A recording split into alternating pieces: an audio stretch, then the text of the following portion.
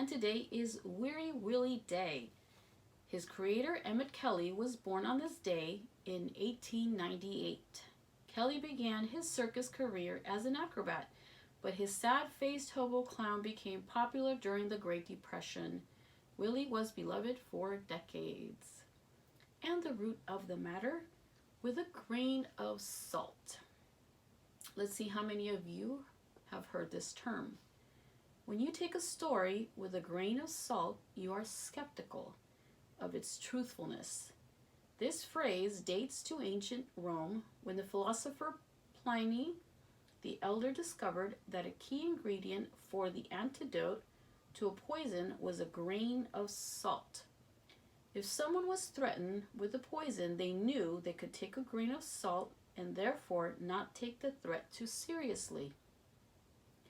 But in Latin, the word salus means both salt and wit.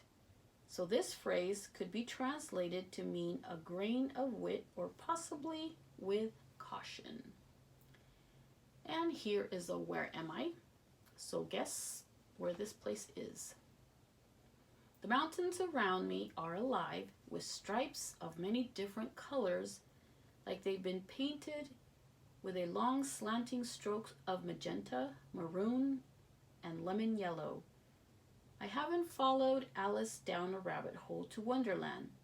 This place is a paradise of rare geological formation, with a layer upon layer of colorful rock and minerals. It's as if Arizona's Grand Canyon were thrust upward into a mountain range. Where am I? Does it sound familiar? Well, I would have never guessed this because I've never been there. It is called the Rainbow Mountains in Gansu, China.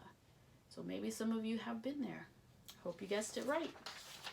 And on this date in 1793, Noah Webster of dictionary fame established New York City's first daily newspaper. The American Minerva, the paper was designed to counter French influence in the U.S. And in 1965, A Charlie Brown Christmas premiered on CBS. The show depicts a depressed Charlie Brown who cheers up after learning the true meaning of Christmas. Aw, I love Charlie Brown. And in 1979, a global commission certified the eradication of smallpox, the first and only disease driven to extinction.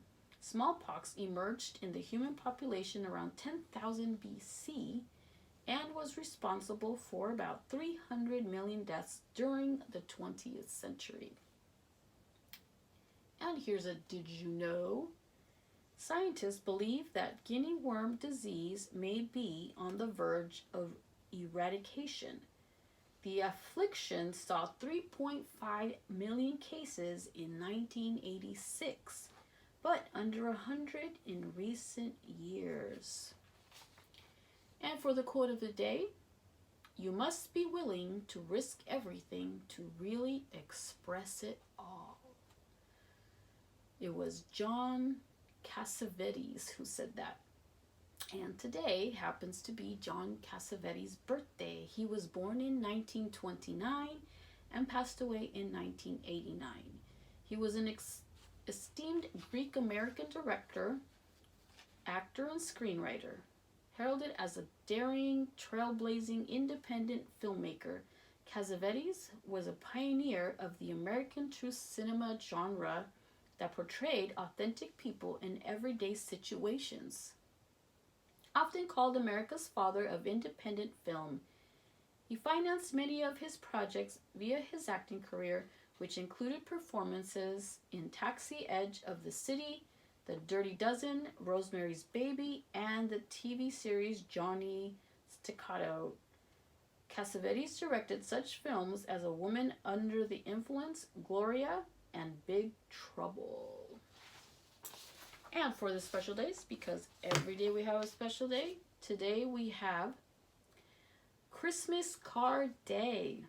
The world's first Christmas card is said to have been produced on this day in 1843. And today is Judi Dench's birthday. She is a stage, film, and television actress. Judi Dench was born in New York, England in 1934. Queen Elizabeth II made her a dame in 1988 for her contributions to the performing arts. And we have World Techno Day. What is techno anyway? This genre of music, also called electronic dance music, is fascinating as well as catchy. And lastly, we have Stick of Gum Day. Wrigley gum was trademarked, registered on this day in 1924. This reminds me of the Doublemint twins in those commercials. Well, I hope everyone enjoyed the Daily Chronicles and the special days, and I will see you next time.